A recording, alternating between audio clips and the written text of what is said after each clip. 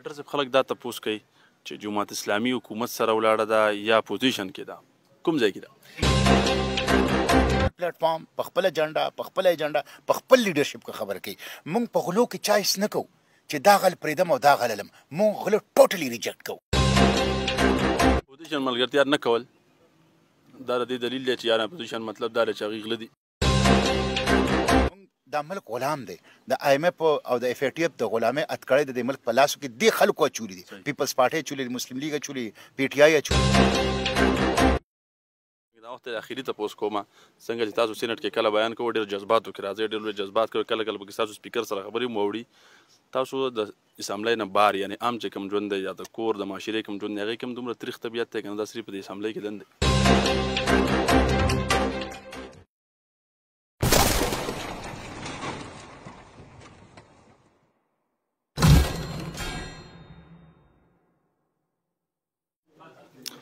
بسم الله الرحمن الرحیم. السلام علیکم ورحمۃ اللہ وبرکاتہ. قدرمنو کتونکو تاسو ګورئ همدم ټي وي، زه یم ستاسو کور بشپ الله. پروګرام هم نظر سره یو ځل بیا ستاسو خدمت کې حاضر یم. دې ټایم کې موږ موجود یو چوګا کې او زموږ سره ننني پروګرام کې کوم شخصیت چې موجود دی د هغې تعریف که زه وکړم نو هسې غلطه به وي ځکه سره تعریف محتاج نه دی. د جماعت اسلامي خیبر پښتونخوا امیر او سینیټر جناب مشتاق صاحب موږ سره موجود دی. ډېره مننه تاسو موږ له خپل وخت راکوه شنګلې ته په راتګ هرکلې. شکریہ، جزاک الله خیر. تاسو خو شنګلې ته ځئ راځئ، خاص کر نن چې رالی د دې خاص د راتلو خاص مطلب او مقصد څه دی؟ زه دلته د جماعت اسلامي شانګلې تنظیمي دوره باندې یم او انتخابي کمپین باندې یم. نو د خپل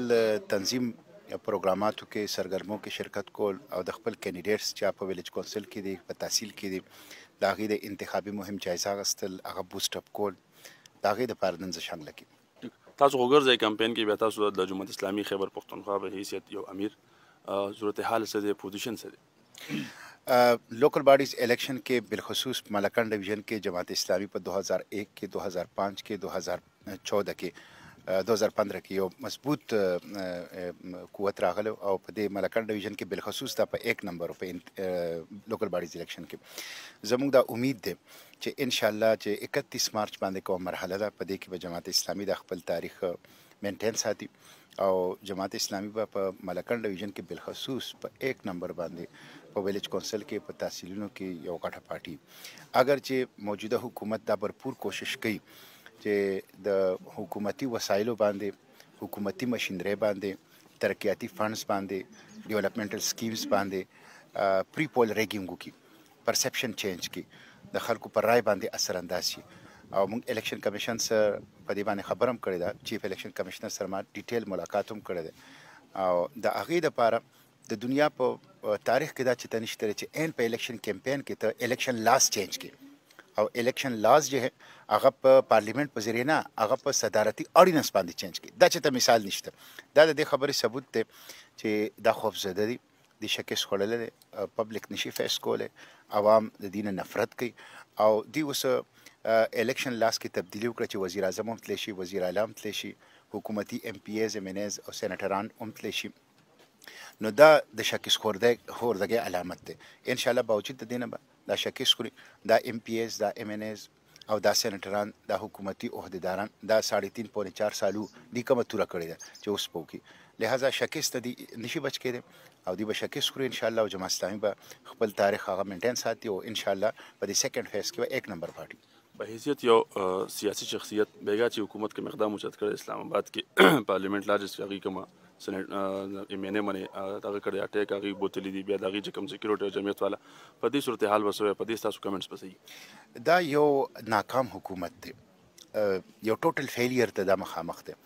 څومره چې پرفارمنس انډیکیټرز دي هغه ټول په چغو دا خبره کوي چې دا حکومت ناکامه دی. که هغه مهنګایي ده، که هغه د ملک اکانومي او قرضې دي، که هغه کرپشن دی، که هغه فارن پالیسي او کشمیر دی، که هغه زموږ امن و امان او داخله مسایل دي، که هغه د پارلیمنت کارکردګي ده، دا ټول انډیکیټرز دا ښیي چې دا حکومت یو ټوټل فیلیر ته مخامخ، یو مکمل ناکام، نااهله، نالایقو خلکو یو حکومت دی. دا پرون چې څه شوي دي دا یو بدترین داغ دی د پاکستان په پارلیماني تاریخ باندې او دا فاشیزم دی، دا فستاییت دی او دا د شک سپردګۍ علامت دی. نو زه د دې مذمت کوم، په سختو الفاظو کې د دې مذمت کوم، او حکومت له پکار دی چې هغه حقایق فیس کی او په دې سیزونو سره چې د حکومت کوم سټیټ مشینری استعمالي د خپل مخالفینو خلاف، د دې په نتیجه کې ډیموکراسي ډیریل کېدی شي، د دې په نتیجه کې ملک جمهوریت نه فارغ دی شي. جماعت اسلامي چې کله ایم سره تاسو ټچ شوی ایم کې وای هغه وخت کې صورتحال تاسو دغه مضبوطو تنظیم کنه یوازې مضبوط یې تاسو ګوره جی جماعت اسلامي الحمدلله پاکستان کې واحد پارټي ده چې یو په دې کې انټرنل ډیموکراسي ده. زه اکثر دا خبره کوم پاکستان کې پارټي نشته ده، پارټي صرف یو د جماعت اسلامي پاکستان کې پراپرټي دي، دا پراپرټي دي، دا نورې پارټي صرف انټرنل ډیموکراسي داخلي جمهوریت دا صرف په جماعت اسلامي کې. نمبر 1 دویم جماعت اسلامي یو داسې تنظیم دی چې په هغې کې نه پاناما لیک شته، نه پینډورا لیک شته، نه نیبزده پکې شته دی، هېڅ قسمه د کرپشن داغ پکې دی. زما 4 کال وشو سینډا پاکستان کې هر ظالم په سترګو کې سترګې اچوم او هر مافیا ګریوان ته لاس ور وړاندې کوم، هغه راته څوک نشي کولی. راستو سه په لویه لار کې ملاستو سه. نو انټرنل ډیموکراسي سره امانت او دیانت پکې. بل بیا جماعت اسلامي یو داسې پارټي دی چې کې خدمت دی، دا که سیلاب دی، که زلزله ده، که کرونا ده، د جماعت اسلامي کارکن د سټیټ نه زیات د خپلو عوامو خدمت کوي، بغیر د حکومت خدمت کوي. او دا ما په سینډا پاکستان کې اوس په دې آخري اجلاس کې ویم چې د پاکستان خدمت خو کوي، د امت خدمت هم کوي. دا په دې افغانیانو چې سینکشنز ولګېدل او په دې جمع کې ډېر سخت تکلیف و، د 17 کروڑ روپو ټرکونه د خوراکي موادو دا جماعت اسلامي الخدمت فاونډیشن کابل ته لیږلي دي، یتیم خانې هلته کولاو کړه، هسپتالونه هلته کولاو کړه، دلته د ماشومانو مفت اپریشن کوي. نو د پاکستان خدمت نه د امت خدمت هم کوي، د مسلمانانو خدمت هم کوي. نو زموږ تنظیم الحمدلله همیش مضبوط دی. البته پولیټیکل سچویشن بدلیږي او د پولیټیکل سچویشن مطابق خلک مختلفې فیصلې کوي، څه وخت کې یو فیصلې، څه وخت کې بل فیصلې، دا د حالاتو باندې منحصر او د حالاتو مطابق دا فیصلې. سینیټر صاحب خلک دا تپوس کوي چې جماعت اسلامي حکومت سره ولاړه ده یا پوزیشن کې ده، کوم ځای کې ده؟ جماعت اسلامي د لومبۍ ورځې نه د دې حکومت خلاف ده او موږ په سټریټس کې هم د دې خلاف یو، او په پارلیمنت کې خو دا خبره نه صرف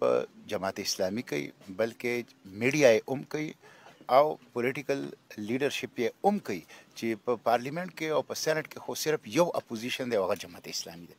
باقي خو چې کله د جنرال باجوا د ایکسټنشن ایشو راله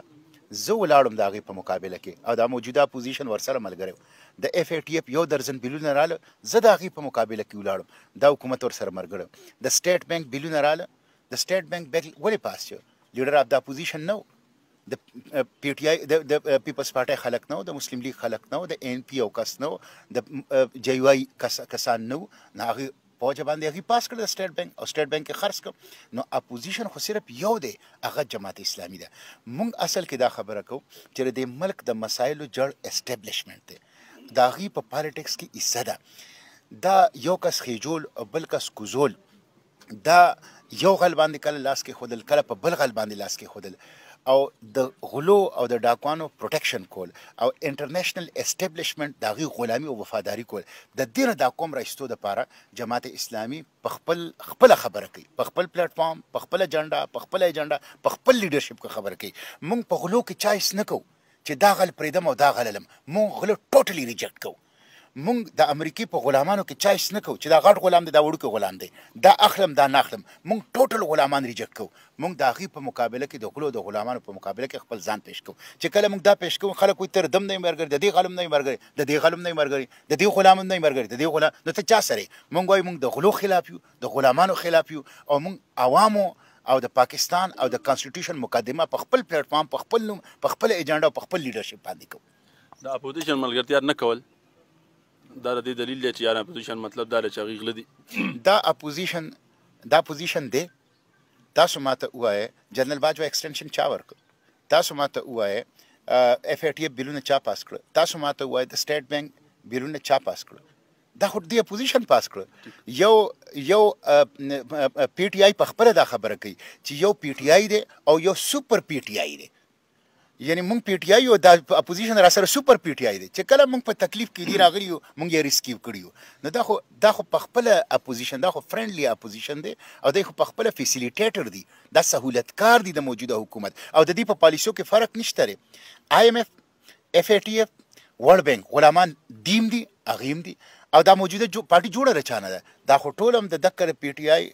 چې کومه جوړه ده د پیپلز پارټي نه د مسلم لیگ نه د کاف لیگ نه هم دغه خلک دی هم دغه چن کم ځای و افضل چن هغه مخکې پیپلز پارټي کې پی ټی آی ته واپس پیپلز پارټي ته لاړ احد خټک او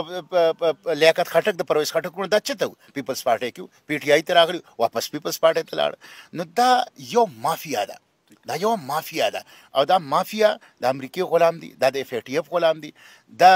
د قوم د مسایلو سبب دی دا د قوم د مسایلو حل نه دی دا پارت اف د سولوشن نه دی دا پارت اف د پرابلم دی لہذا موږ دا د سر نه اپوزیشن نه ګڼو اپوزیشن موږ د حکومت خلاف ولاړ یو موږ په هر موقع باندې قوم ریپرزینټ کړی د قوم درد او د قوم تکلیف او احساساتو جبه ورکړی ده تاسو یوازې که تاسو ځای بالفرض کا مستقبل سوي نه د جماعت اسلامي چې یاره دا تنظیم به تر کوم حده کامیابي موږ دا ګڼو چې موږ